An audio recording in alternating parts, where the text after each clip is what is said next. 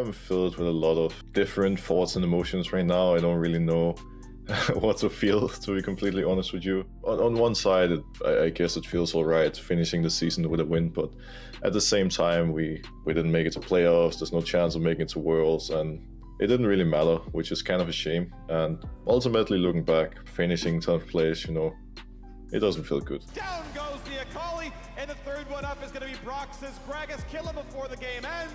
Thank you for the KDA. 16-3, TSM dismantle CLG. There's a lot of disappointments looking back. There's a lot of things that I wish could have been different, that I wish, you know, we could have changed and actually found a way to make it work. But the situation is what it is, and now we just gotta accept that. As I believe the bottom side play will dissipate, but that is not true here in the jungle. Broxah and Pobelta, they found Santorin, and they're going to hijack the Rift Herald. That's the thing. Nicely done yet again. A Blaze Olive under pressure, and Broxah's ready to go. It's first blood for the Lee Sin. That's a good little bit of poke here, as Broxah's once again making a move in the mid lane. A good stun. Scout of the week gets it done. A Blaze Olive tries to buy himself a moment's notice there with a stopwatch, but it's as broken as he is, and you got Broxah, the man who just breaks him in half. You want to go level 1 aggression with Ignite? Then go level 2 gank from the jungle! All right, well, Fudge now knows what's up. You have no flash. I don't think there's any way for Fudge to get away. Indeed, there isn't. It is first blood for Broxah. Beautiful. Broxah Lee Sin, pastry time. Gets to be the big threat and gets to move Yeah, offensively. King didn't see him. What a kick from Broxah. Just barely stuck around the vision. The ulti attempt was there for King, but he didn't pick the right spot. Jungle position means more than that. And guess what? Speak of bottom side means flash is blown in their favor, plus the dragon spin. Ult. Huni afraid of getting flashed. I guess the E could have come in. I'm not sure, but Broxah's here. Thanks for burning your flash, buddy. Thanks for the first blood. Good cleanup. If CLG wants to fight for this, Rift Herald, sum it up in the bottom lane. I love the timing here. They're going to get plate value out of this. It's also a good distraction for the dragon fight. Abadaga still maintaining the aggro here on the Infernal Drake. Brox is nearby. It's smite fight time, my friends. This is what jungling is all about. I thought CLG was going to be too slow for this play with Wild Turtle not being a part of it, but they can actually still fight because of that reset. And they don't have a ton of damage on this dragon right now. They don't want to overcommit and just take it down into a smite fight, but a nice engage coming out from Smoothie. He's able to charm 3 different targets. FBI wants to stay safe in the belly of Huhi, but now he's going to be spit out with 1 kill already over to CLG. Make it 2 and put them both on Broxah. Man. Yeah, Finn is coming group with the team. I guess he doesn't want to actually flank with the ulti, knowing that Lee Sin would just mark him, and then EG could actually turn on him and try to burst him down. So he's going to group up with the team. We'll see if they do want to try to start this one up. CLG desperately want this dragon. Galio does have ulti to join. Here comes the play. Charm over the top. Galio there as well. Big damage. Ignar knocked in the air. They do kill him. And Turtle is alive, untouched, with a double kill. Svenskeren flashes. Rocket jump to chase. Triple for Turtle. Looking for the quadra. It's going to be a double instead. Oh my gosh. He gets the triple. Finn helps it out, but it's Broxah who smite steals the dragon, who claims the last kill, and it's a 4-0 team fight for CLG, and it's time to run to the Baron. What is the power for, right? If there was a dragon, I would have agreed with it. Because there wasn't, I don't. Yeah, fair enough. Right now, though, a flash kick's going to put Fake God almost in range. Can Finn get the rest of it? The slow comes in. Second flash to follow. As Fake God's flash away could not save him. Here we go. It's time. Play him. Hit the percussion. We got a fight in the bottom lane. A great anchor pull. They got the Q follows. Ven flashes. He gets the first blood. Beautiful play. But the TP isn't going to mean much. Perch gets a spell shield. He's got to flash away. The taunt. The backwards E. You showed up to the wrong party, buddy. Learn some music. 2-1, CLG off to the start. And despite the fact that it's a great smite from Broxah, they stave off this Ocean Soul. It's still a rough look overall as the PD is now complete. Svenskeren, can he get taken down? Wants the 1v1, knows he's no Zonius, knows he's no ult, gets the combo, ults across, yes! Damage in for Broxah. New Stride Breaker gets a giant slow and gets the 1v1 kill. Nice play down a level. Different engages, and now Broxah's trying to engage, finds through with the Moonfall. Looking so good there as Finn just dancing on top of Huni. Sword Art left out to dry, will be culled by Pobelta. And CLG just looking unstoppable at this point. Absolutely. Broxah going in, finding the big engage there. The follow-up was in place from CLG. They couldn't even force the Mundo ulti. Dominated defending FlyQuest Academy. They needed to outplay CLG to win these fights, and they are outplaying them. Oh, Tomo's getting away. The last disrespect. You got a Tomo, shoot him in the... Shut down for Broxah at the Amber Fly. They'll take it. Is there a bot dive? Hey, look, it's Demonte and Broxah. There is, in fact, a bot dive. Raze does not have a summoner spell to cast, and Raze will go down. They saved the GP ult. I'm actually glad they did so. Of course, they're also... Hold on. More fights the bot side. Ulti's coming across. Big taunt. Down goes Raze. Next up, going to be Destiny. Pulled back in by Broxah, and the shield is not going to be enough. Final shot comes in. Wild...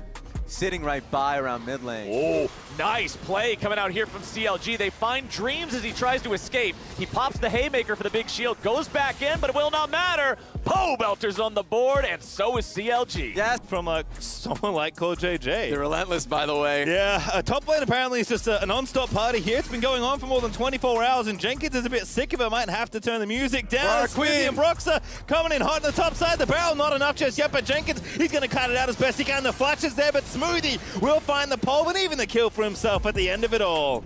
And now Fudge knows, again, no flash. Gonna have to dance out of there, skips away, but there's the tower turned off. Finn making it all so easy for Broxah, but oh my goodness, Fudge getting that health back. He's dipping away, he's trying to get out of there, Fudge! It's almost done, and I think he's gonna get the trade. Indeed, he will as Finn falls.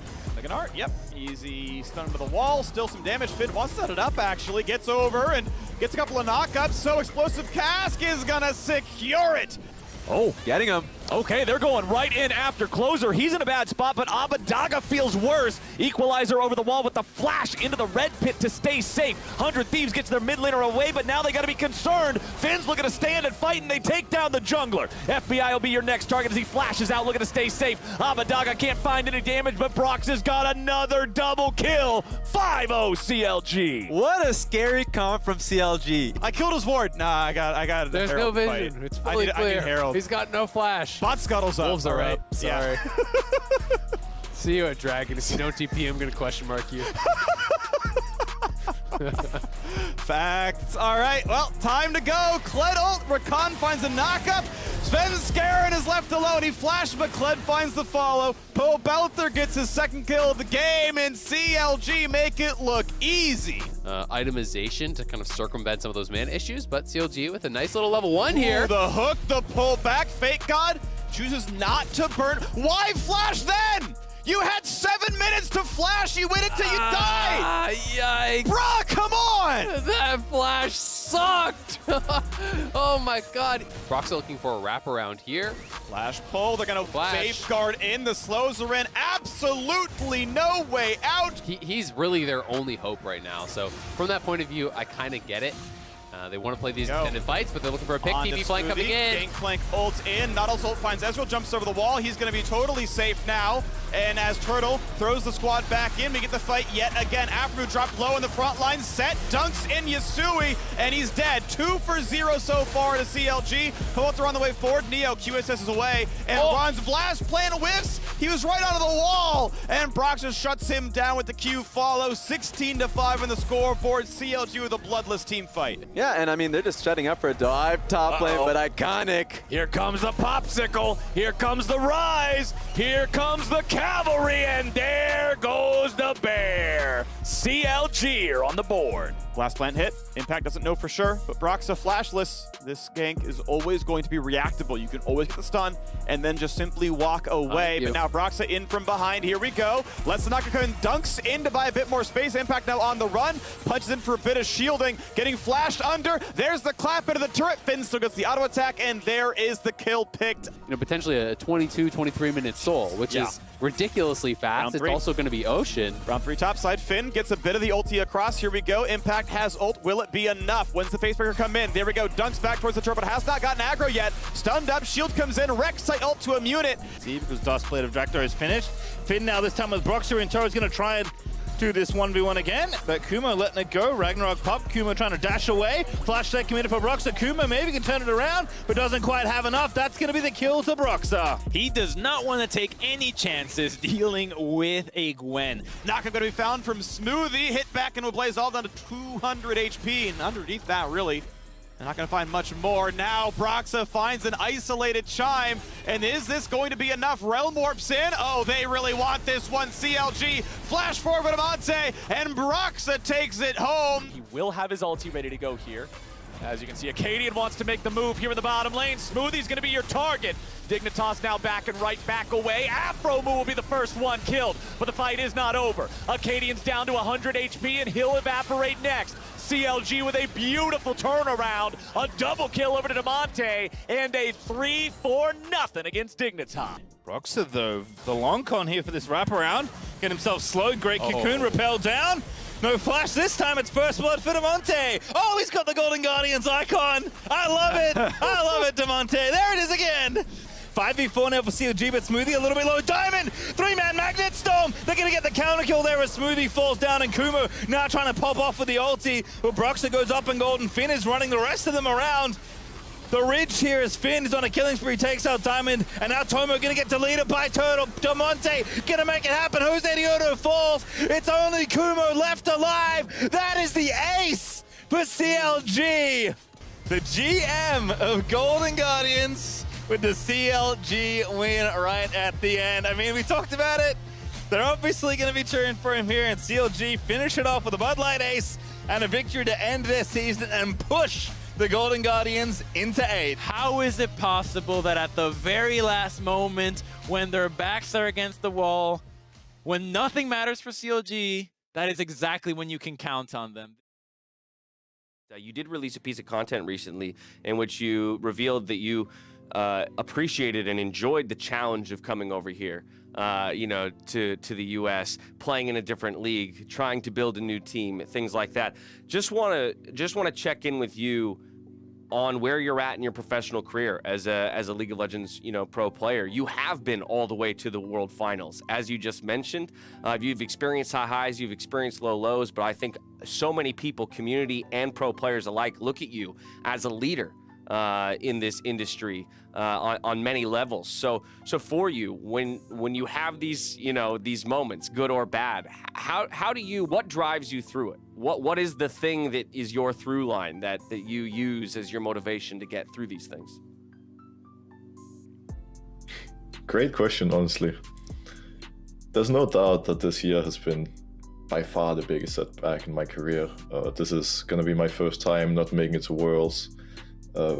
Last year was my first time not making it out of groups at Worlds, and if you compare the 2 years I've had in NA to the ones I had in the LEC, there's no doubt that it hasn't gone the direction I was hoping for. I came here last year with not only hopes, but like almost expecting to come out with, you know, an LCS victory, an LCS trophy, and so get some international success. Now this year joining CLG has been a bit of a different challenge for me, and as you mentioned yourself, as I've mentioned in the past, I like challenges, I like opportunities to grow, not only as a player, but also as a person. And being in this team required me to go for a bit of a different role that I've had on my other teams. And despite us finishing 10th place, I would like to think that I've learned a lot from the experience. And I guess from motivation, I mean, motivation can come from a lot of things. Right now, looking into the next year, there's no doubt that this year has been a bit of a painful one for me in a lot of ways. And the way that I look at it is that every professional athlete in both traditional sports and esports has highs and lows in their career. I've been very fortunate so far, more or less only having highs up until this point. And I think the good athletes are gonna be happy with the highs they've had and just, you know, accept that at one point they reach a low and they're gonna quit. But I think for me, I would like to think that one way or another, I'm gonna be able to come out on top, and I'm gonna be able to come into next year stronger, and hopefully at some point in the next year or the year after that, I will be someone that people look at and, you know, where they say like, wow, this guy had a rough 2021. Things didn't really go the way that he was hoping for. He had a bit of a setback, but wow, what a comeback he made. Well, I'm envious of that mindset at the very least, and I will say I take it as a comfort to know that you're already thinking about your return next year and coming in and smashing it that much harder. Don't want to dwell too much, and I definitely want to let you go. But I did, of course, want to get some thoughts from you about the postseason. You, unlike me, have had the opportunity to play against all of these players on stage and have that firsthand knowledge of the varying strengths of the teams. And so I'm curious, given the closeness, particularly of the top of the table, you know, seeds 1 through 5, who do you see as the biggest threat in playoffs? Who would be your pick for favorite to win the LCS? I think I'm gonna answer this question with a decent amount of bias. Fair enough. I was just talking about this whole comeback story kind of thing, and one person that I've been talking to a lot, not only this year but the past years, and who have made an amazing comeback story and that I would really like to see having a lot of success, is Santorin. Not only because of the path he's had, like, you know, coming into the LCS, being at the top, going back down, and now climbing back to top form again. I really admire like that entire story, but just as much, you know, with all the health problems and stuff he's dealing with, I think if Santorin and Team Liquid managed to pull it together after the issues they've gone through and actually bring home the trophy, that would, in my eyes, be such an amazing story. And then if I am to remain completely unbiased, it's like, I don't really know. I feel like it's really hard to judge who's gonna win, you know. It feels like all teams are really close. Fair enough. All right, well, we look I'm for rooting for Santorin and Teal right now. All right, Santorin gets his comeback this year, and we look for the Broxah comeback in spring 2022. Broxah, thank you so much for taking the time. I do want to congratulate you on the victory today, but more so, I want to thank you for being such a role model, such an icon in our community. It's always a pleasure to talk to you. Thank you so much. All right, from here, we're going to the Bud Light Breakdown to meet our MasterCard Player of the Week for Week 9 of the LCS. Tigris, take it away.